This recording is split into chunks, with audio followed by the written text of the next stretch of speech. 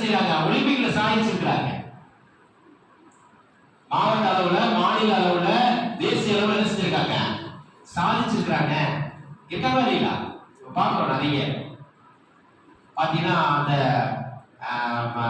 Athletics பண்றது, ஒரு கால் இல்லாம ஓடி பஸ் வந்திருப்பாரு இல்லையா? கடவுள் கொடுத்த எல்லா எல்லா அவயங்களும் என்கிட்ட இருக்குது.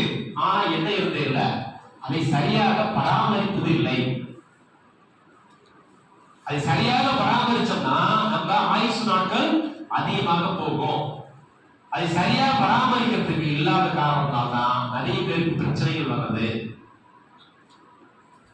அது ஜாலியா தான் இருக்கும், ஃப்ரெண்ட்ஸோட சேர்ந்து 4 பேர் போய் ஃபாஸ்ட் ஃபுட்ல சாப்பிட்டு நல்லா தூங்கிட்டு காலையில 8 மணிக்கு எழுந்துச்சு அப்புறம் ஸ்கூல் வருது, காலேஜ் வருது, நல்லா தான் இருக்கு.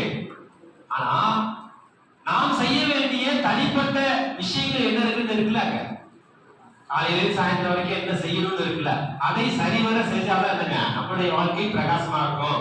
இன்னைக்கு உங்க இப்ப இதை முடிச்சு போனீங்கன்னா வெளியில வந்து பாத்தீங்கன்னா ஒரு போட்டி உலகம் இருக்கு. நான் எப்படி சொல்றேன்னா, மெரினா பீச்ல குதிரை பாத்தீங்களா, அது என்ன பண்ணும்? மெரினா பீச் குதிரை என்ன பண்ணும், ஒரு ரவுண்ட் சுத்திட்டு ஒரு குறிப்பிட்ட தூரம் போயிட்டு மறுபடியும் வந்து அதே இடத்துல நிற்கும். அந்த மாதிரி இருக்கக்கூடாது. நம்மளாம் படித்த, அதாவது பிறந்தோம் வளர்ந்தோம் வாழ்ந்தோம் ஏதோ போய் சேர்ந்தோம் இருக்கக்கூடாது. என்ன சொல்றாங்கன்னா, பிறந்தோம் வளர்ந்தோம் நல்லபடியாக கல்வி கற்றோம் இல்லையா, சாதிச்சோம், சாதனையாளர்களாக மாற வேண்டும் என்று. உதாரணத்துக்கு சாதனையாளர்களாக மாறவங்களா கடின உழைப்பு, கடின முயற்சி இருந்துச்சு.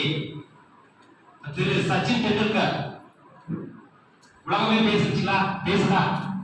ஆனா அவர் முதல்ல கிரிக்கெட் விளையாடும் போது உலகத்தில் உள்ள நாடுகள், ஒரு சில நாடுகளுடைய எண்ணங்கள் எப்படி சரிங்களா, வீசை அம்பாத பையன் இவன் என்ன செய்ய போறான்,